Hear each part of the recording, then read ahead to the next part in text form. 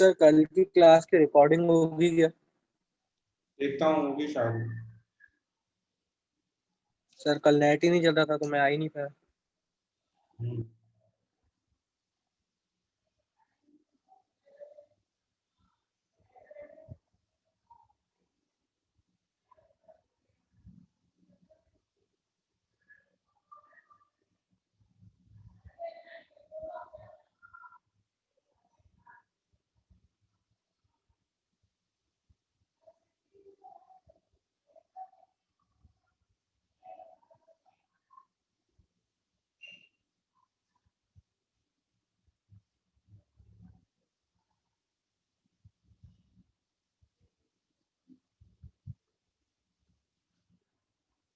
Sir ये कल का क्वेश्चन है ना? हाँ, थोड़ा अलग मेथड से करा रहा हूँ।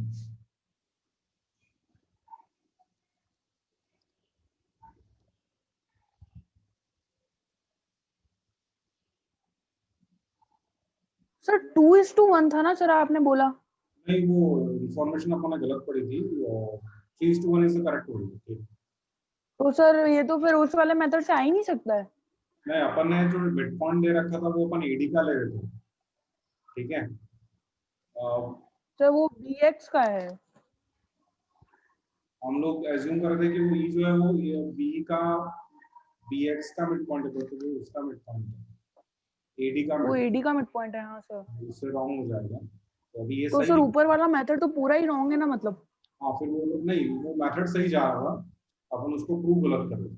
मतलब लास्ट की स्टेप्स में अपन ने गलत वैल्यू ली है। तो फिलहाल याद देखो जरा, ये इजी क्वेश्चन है, ज्यादा हार्ड कुछ भी नहीं है। मैंने फिर बाद में इसको ट्राई किया तो it's quite an easy one.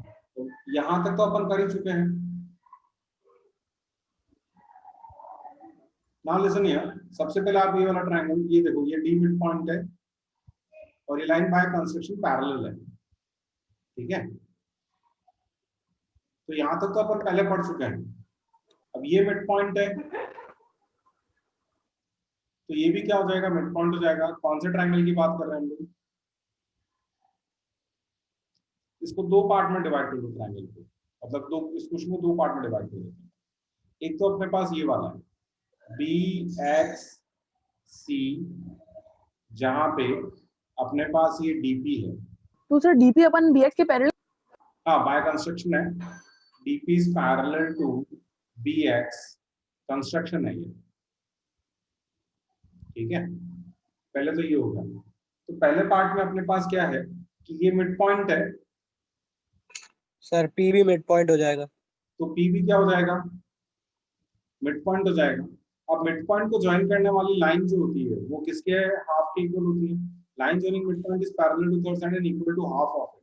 So I can say bx के half. Is half of what, bx। Part 1 यहां तक समझ में आया कि नहीं? देखो, ये जो प्रॉपर्टी यूज करो ना, इससे क्वेश्चन बहुत इजी हो जाएगा। dp is half of bx। Okay, या यूं कह सकता हूं कि bx is equal to twice of dp। Let it be 1। देख लेते हैं अपन इसको, किसकी जरूरत पड़ेगी वो देख लेते हैं। नेक्स्ट आप ट्रायंगल लो,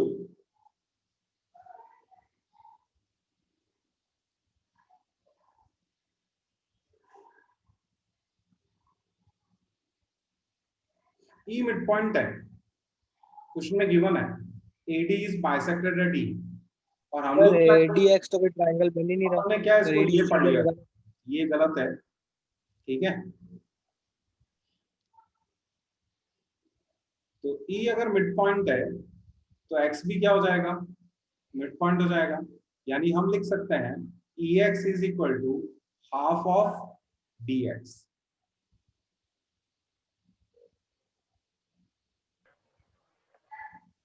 यहां तक समझ में आया कि नहीं आया? सर यहाँ पे dx को भी ज्वाइन करके फिर ट्रायंगल बनाएंगे ना? DX नहीं हो, DP है, सॉरी। सर एडीसी होगा ना, हाँ। ADP। अच्छा एडीपी है, ठीक है सर। हाँ, तो EX is equal to half of DP। इसको हटाओ, इसकी जरूरत नहीं है। अब DP की जो ये वैल्यू है, ये हम कहाँ यूज करेंगे? इसकी जगह यूज कर सकते हैं। यहां तक समझ में आया कि नहीं आया? इस ट्रायंगल से ये रिलेशन निकल रहा है, इस ट्रायंगल से ये रिलेशन निकल रहा है। आप एक बार फिर से आइडेंटिफाई कर लो, dp is half of bx, yes or no? और इधर से ex is half of dp, correct? So this can be written as ex is equal to 1/2 into dp की जगह क्या लिखा हुआ आएगा?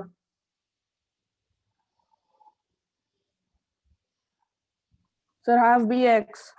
Half of bx, 1/4 bx हो जाएगा। This implies that 4ex equals to bx. 4ex is equal to bx। लेकिन अपने को रिलेशन किस किस का निकालना है? b और ex का निकालना है, करेक्ट? तो हम लोग लिख सकते हैं इसको 4ex is equal to, अब bx को मैं क्या लिख सकता हूँ? बी प्लस ई एक्स। ex को उधर शिफ्ट कर लो तो कितना बचेगा अपने पास? 3ex equal to 3ex B. equals to ba. So find the ratio 3 now। is to 1 आ गया सर. तो b/3 इक्वल टू ex। हाँ सर, b/3 equal to bx। 3ex is equal to b आ रहा है अपने पास? सर एक बार पीछे बता दो सर। हाँ, एक मिनट बता रहा हूँ।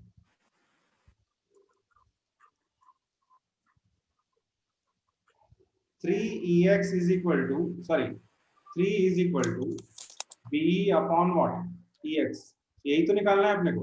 तो 3 को हम 3/1 लिख सकते हैं, यानी b is to ex is equal to what? 3 is to 1। देखो इजी वाला है, सर ये जो ज्यादा इजी है। कंस्ट्रक्शन वाले, सर ये जो कंस्ट्रक्शन वाले क्वेश्चन में कंस्ट्रक्शन याद करके जाना हाँ, ये पड़ेगा. सेक्शन आपने को दिमाग लगाना होता है। कंस्ट्रक्शन अपने को याद रखना पड़ता है या फिर आप अपनी सोचो किस तरह से करना है। तो क्वेश्चन को दो पार्ट में डिवाइड कर सकते हैं, फर्स्ट पार्ट ये वाला, सेकंड पार्ट ये वाला, और उसके बाद आप यूज कर लो सिंपल लॉजिक। इजी हो गया क्वेश्चन? Yes sir. तो पहले वाला मेथड हार्ड था सर। हाँ, वो थोड़ा सा क्या कॉन्ग्रुएंसी कर रहा था ना अपन, कॉन्ग्रुएंसी से भी हो रहा है, ठीक है। उसमें सर यहाँ पहले कांग्रुएंसी वाला से भी कैसे बता होगा दो सर, ना एक बार बता दोगे? वो बाद में देखते हैं अपन, एक बार ये देख लो आप, ठीक है।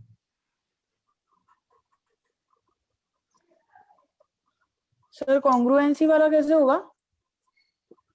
वो लंबा प्रोसेस है, यहाँ से एक लाइन बनेगी, फिर ये दोनों ट्रायंगल कॉन्ग्रुएंट प्रूव करेंगे, इसका और इसका रिलेशन निकलेगा, और ये वाला रिलेशन इसके साथ जाएगा, फिर उसको यूज करेंगे हम लोग। वो भी आएगा ये आंसर, तो बहुत लंबा तभी आंसर आएगा, ठीक है।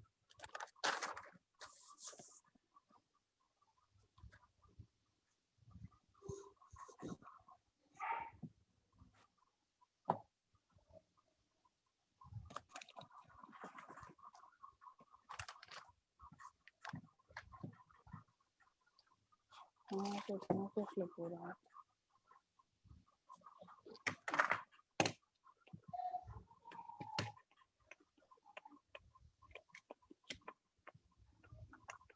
हो गया? Yes sir, done.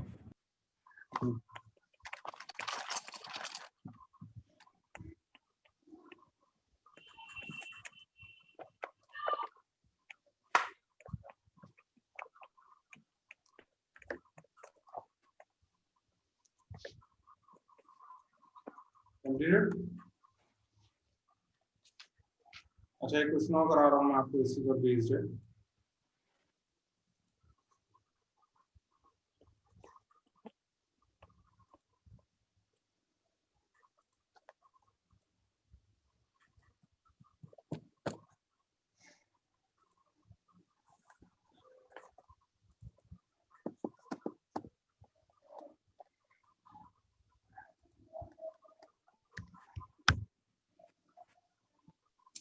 फिर लास्ट क्वेश्चन में b is to ex निकालना है कि ex is to be निकालना है? वो देखता हूँ, b is to ex। Sir तो b is to ex 3 is to 1 1 is to 3 आना चाहिए ना. नहीं, b is b to तो छोटा है. 1 तो आ रहा है।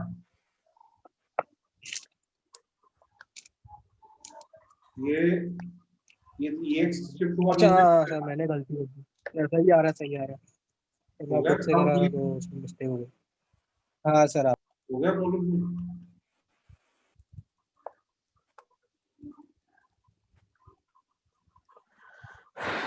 एक मिनट हो, क्वेश्चन मुझे ढूंढना है।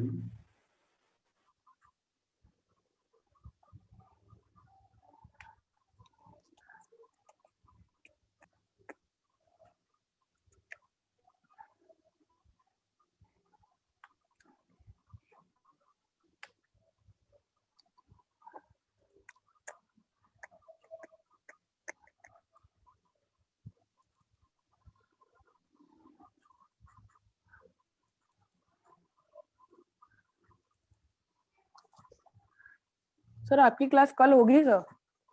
कल? हाँ सर। हाँ कल है ना। Okay sir.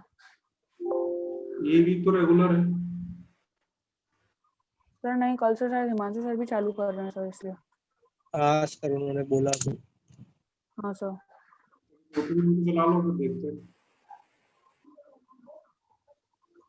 सर कल बस एक यही क्वेश्चन हुआ? नहीं और भी थे ना क्वेश्चन।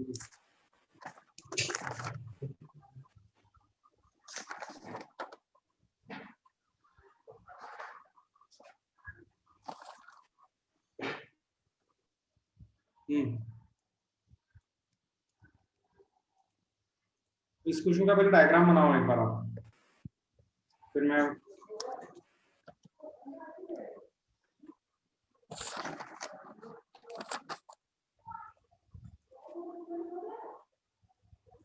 क्वेश्चन विजिबल है सबको?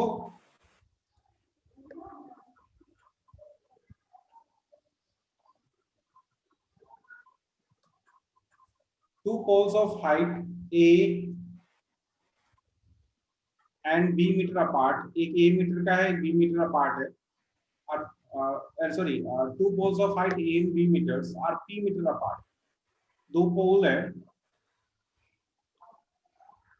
एक का हाइट a है दूसरे का हाइट b है और वो p मीटर अपार्ट है।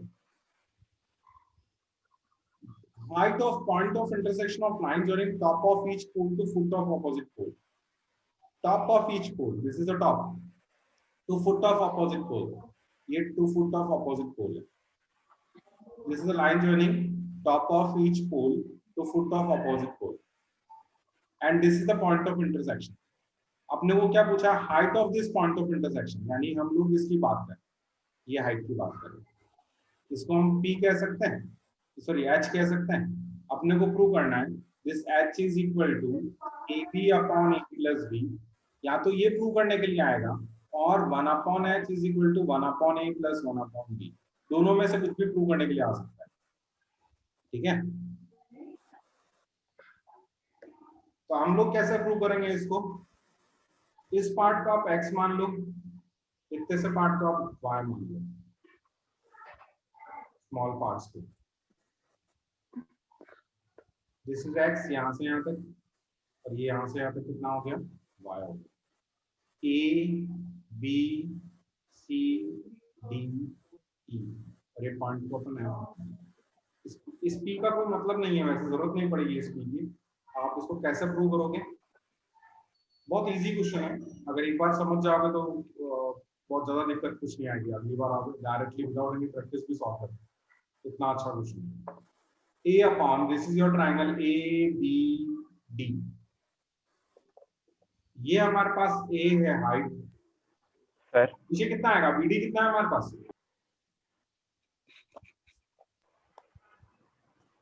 BD तो सर P है, x plus y। Sir p है। bd कितना है हमारे पास? x plus y।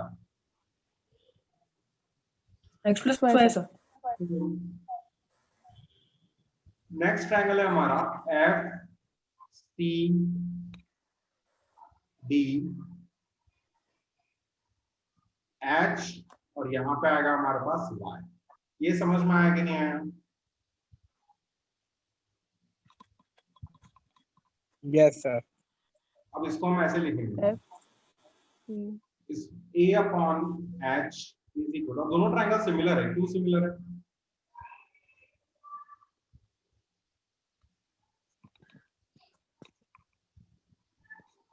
सर एक तो 90 डिग्री होगा। यस, एक 90 डिग्री, दूसरा ये वाला एंगल जो है वो कॉमन है, एंगल डी दोनों में सेम आ रहा है, करेक्ट और not? Yes sir. Yes sir. ये ऑलरेडी दोनों में आ रहा है कि नहीं आ रहा है, पूरा का पूरा? ठीक है, यस सर। साइड्स का रेशियो सेम रहेगा, a upon h is equal to x plus y upon y। इसको रिवर्स कर दो, उल्टा लिखो आप, h upon a is equal to y upon x plus y। ये फर्स्ट पार्ट मार्क कर दो इसको। इस क्वेश्चन में एक हिंट ये याद रखना है, x प्लस y जो है टोटल को नीचे रखना। अब सिमिलरली ये ट्रायंगल ले लो आप, एफ सी बी, और दूसरा ट्रायंगल बड़ा वाला ई डी बी। तो ये तो हमारे पास है एच, और ये हमारे पास है एक्स, ये हमारे पास है बी, और नीचे आएगा एक्स प्लस वाई। अब ये दोनों ट्रायंगल भी सिमिलर है, तो H upon B is equal to X upon X plus Y. ये सेकंड रिजल्ट हो गया। यहां तक समझ में आया कि नहीं आया?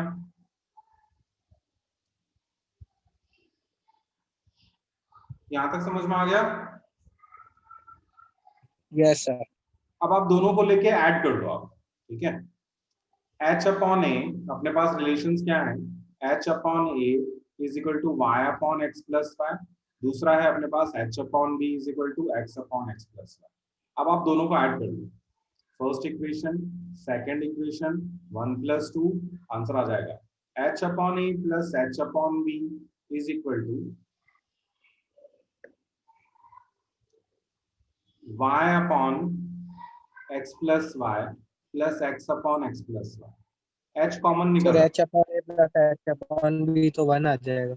ये तो एलसीएम जा रहा है आपका, तो x plus Y upon X plus Y हो गया, यानी 1 हो गया, ये तो कैंसिल आउट हो गया, 1 आया।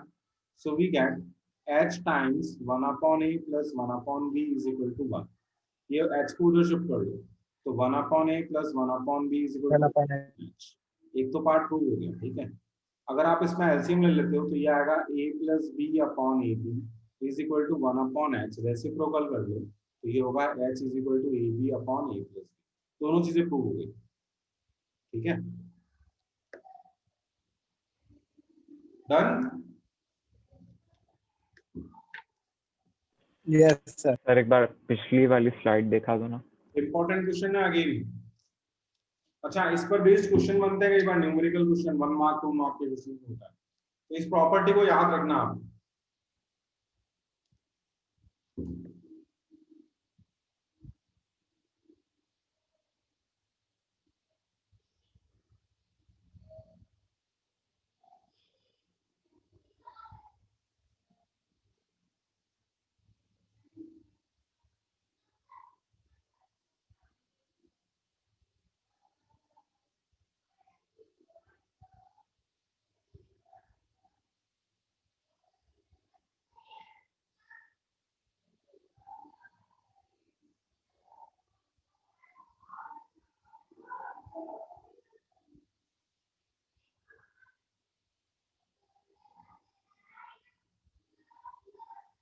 डन।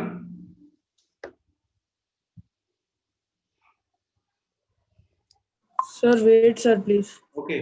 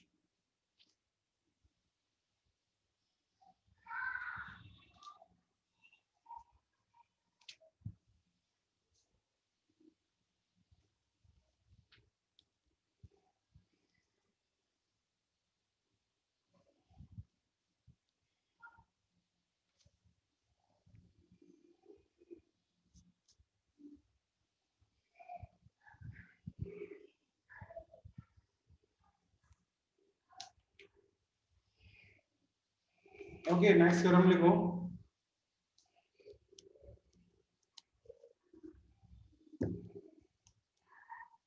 हो गया, ये कॉपी कर लो।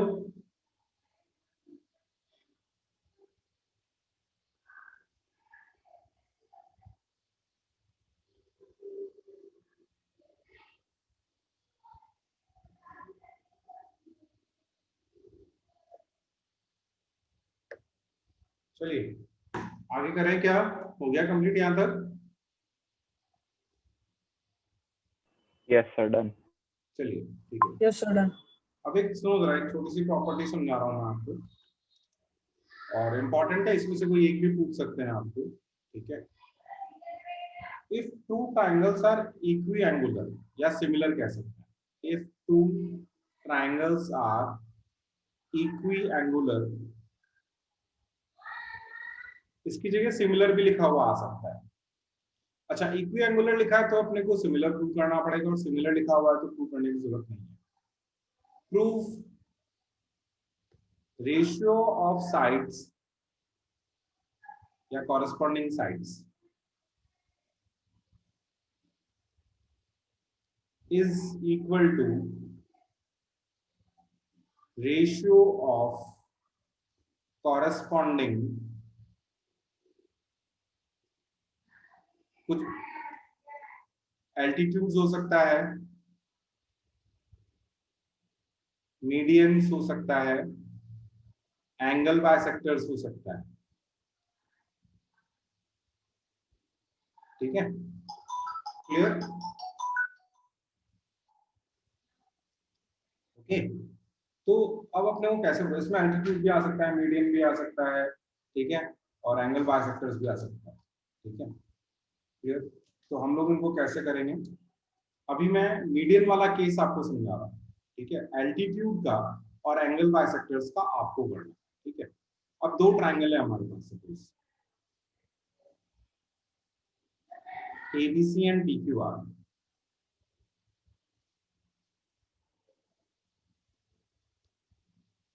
अब इसमें दो लाइन बनाई है आप, ये AD और PS। AD and PS are medians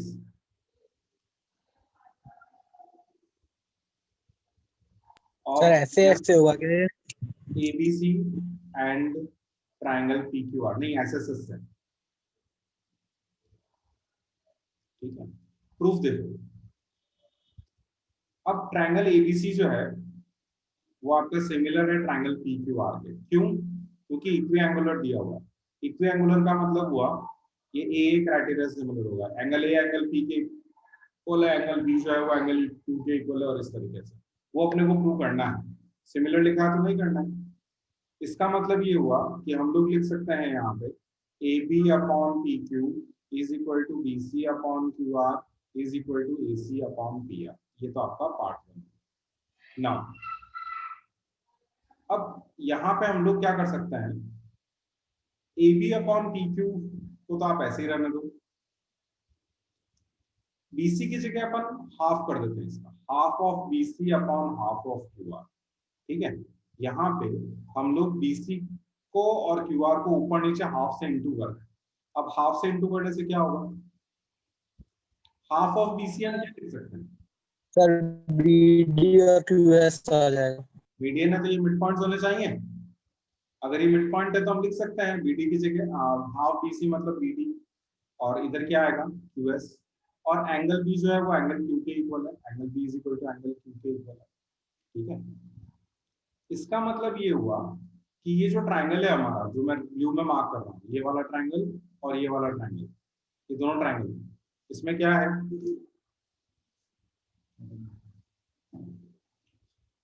ठीक है, दोनों ट्राइंगल क्या हो गए, angle sorry side angle side से, ध्यान से देखो आप, साइड्स का रेशियो सेम चल रहा है। कौन सी side, AB upon PQ is AD BD upon QS, correct. और ये जो एंगल B है वो किसके इक्वल आ रहा है, एंगल Q के इक्वल आ रहा है। तो साइड एंगल साइड हुआ कि नहीं हुआ, दोनों ट्राइंगल Yes, sir. सिमिलर हो गए। Triangle ABD is similar to triangle PQS। अगर ये दोनों ट्राइंगल सिमिलर हैं, ठीक है, तो हम लोग साइड्स का रेशियो लिख सकते हैं। अब ये दोनों ट्राइंगल जो है वो सिमिलर हो गए अपने पास, ठीक है, ABD, ठीक है, ये वाला ट्राइंगल, और दूसरा हमारे पास है PQS, ये वाला ट्राइंगल, दोनों ट्राइंगल सिमिलर है तो साइड का रेशियो सेम आना चाहिए। AB upon PQ is equal to AD upon PS लिख सकते हैं अपन,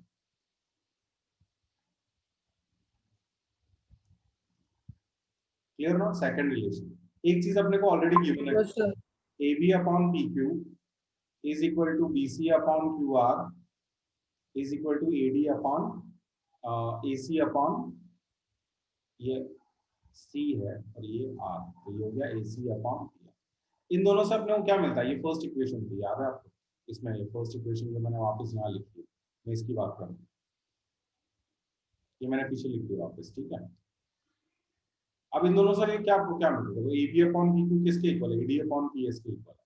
तो AB upon PQ from 1 and 2 we can say, from 1 and 2 we can say AB upon PQ,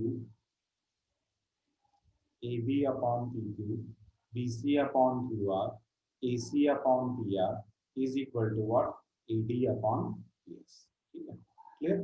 आ गया अपने पास AD upon PS। AD upon PS क्या है? Median का रेशियो है, करेक्ट ना? तो साइड्स का जो रेशियो है वो किसके इक्वल आ रहा है? मीडियन के रेशियो के इक्वल आ रहा है। क्लियर? तो आपको यही करना है, जो बाकी के दो क्वेश्चन उसमें भी अपने को जो छोटे ट्रायंगल है उनको सिमिलर प्रूव करना है और सॉल्व करना है, ठीक है? क्लियर है ना? ठीक है, कॉपी करो इसे, फिर मैं एल्टीट्यूड और एंगल बाइसेक्टर का कांसेप्ट भी समझा ही देता हूँ, प्रूफ आप बाद में पढ़ेंगे, ठीक है? कॉपी करो इनको।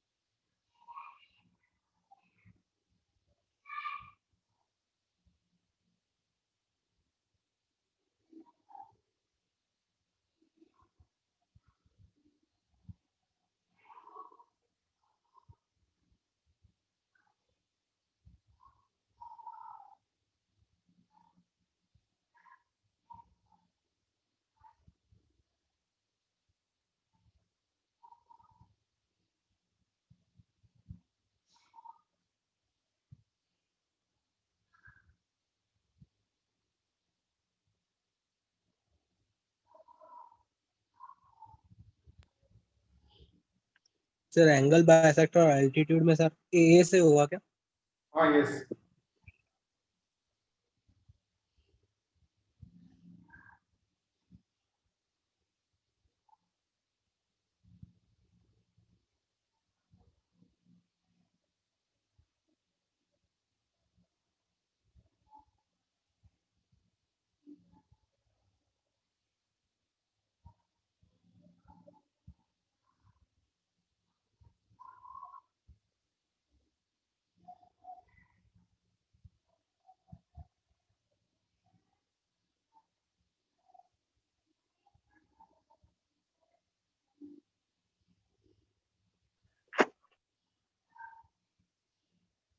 हो गया? नेक्स्ट, अगर एंगल बाइसेक्टर्स बोला है और दो ट्रायंगल हमारे पास ये हैं ABC एंड PQR,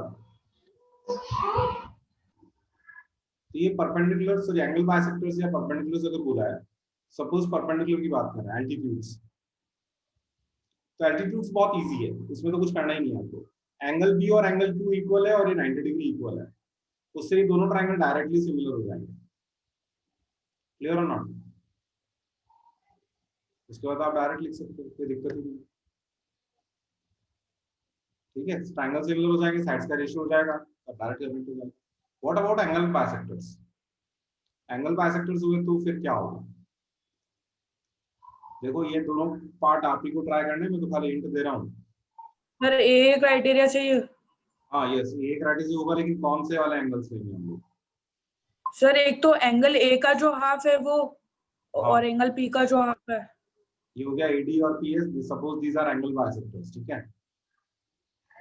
सर एक तो पहले ही प्रूव किया हुआ है सर एंगल, और सर एक हाफ वाला हो जाएगा एंगल और एंगल P इक्वल है तो उनका हाफ भी इक्वल हो जाएगा।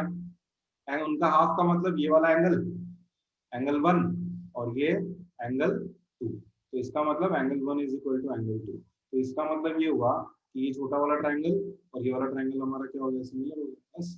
तो जैसे इसमें एडीबी और अपन इन दोनों ट्रायंगल को प्रूव करके लिखा था, ठीक है, एबीडी और पीक्यूएस, उसी तरीके से इधर भी हम लोग एबीडी और पीक्यूएस को सिमिलर प्रूव कर लेंगे, साइड का रेशियो आ जाएगा।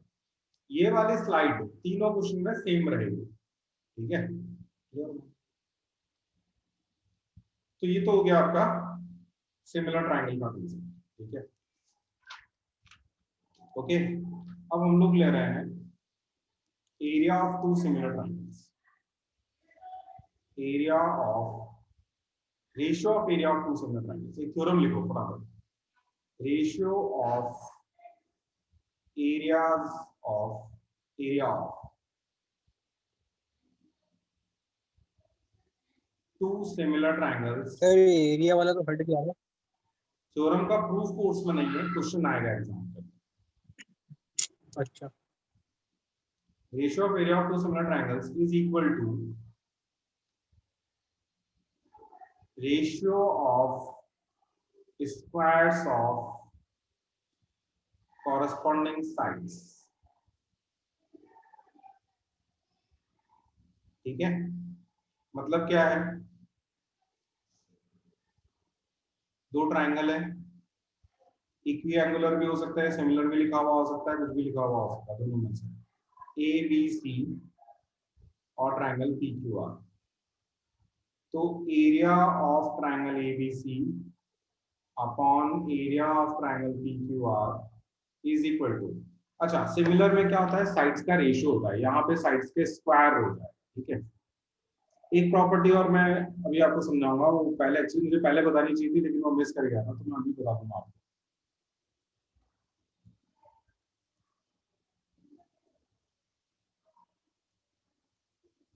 Got it?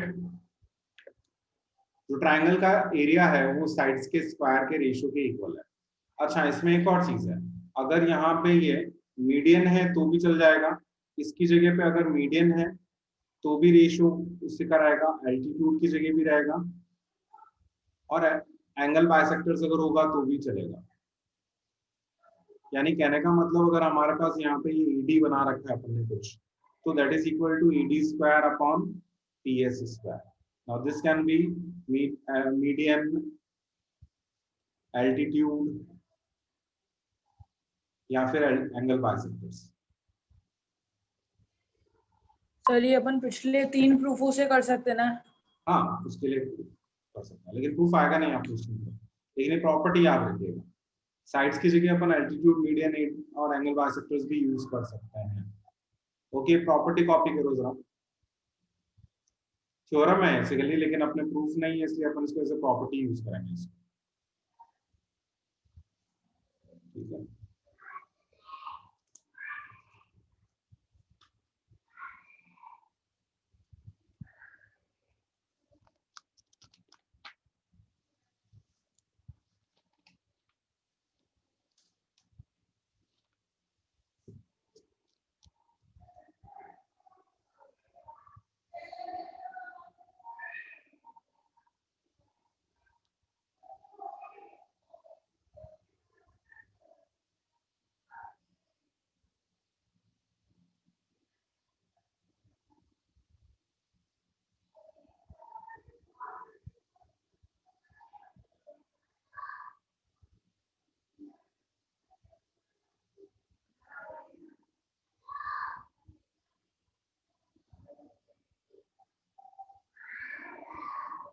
Done.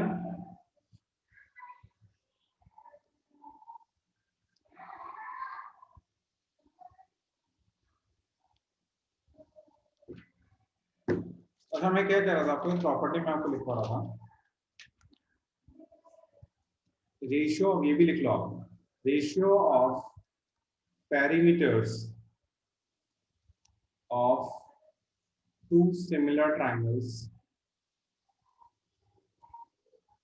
is equal to ratio of their corresponding sides.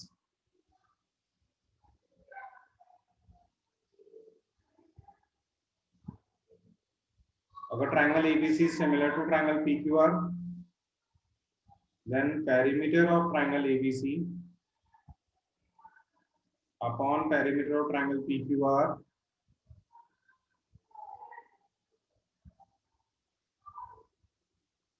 is equal to AB upon PQ is equal to BC upon QR is equal to AC upon PR. ठीक है, ये direct हो सकता है। ठीक है, AB perimeter का ratio sides के रेशियो के इक्वल होता है, एरिया का रेशियो साइड्स के स्क्वायर के रेशियो के इक्वल होता है। दोनों में ये डिफरेंस है। अगर एरिया होगा तो स्क्वायर हो जाएगा, तो दोनों साथ में लिखता हूं तो आपको क्लियर हो जाएगा। AB square upon PQ square, BC square upon QR square, AC square upon PR square. Okay.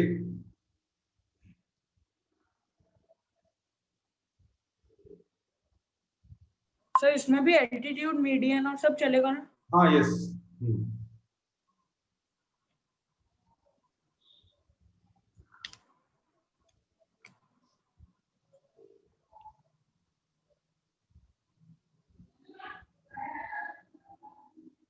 हो गया?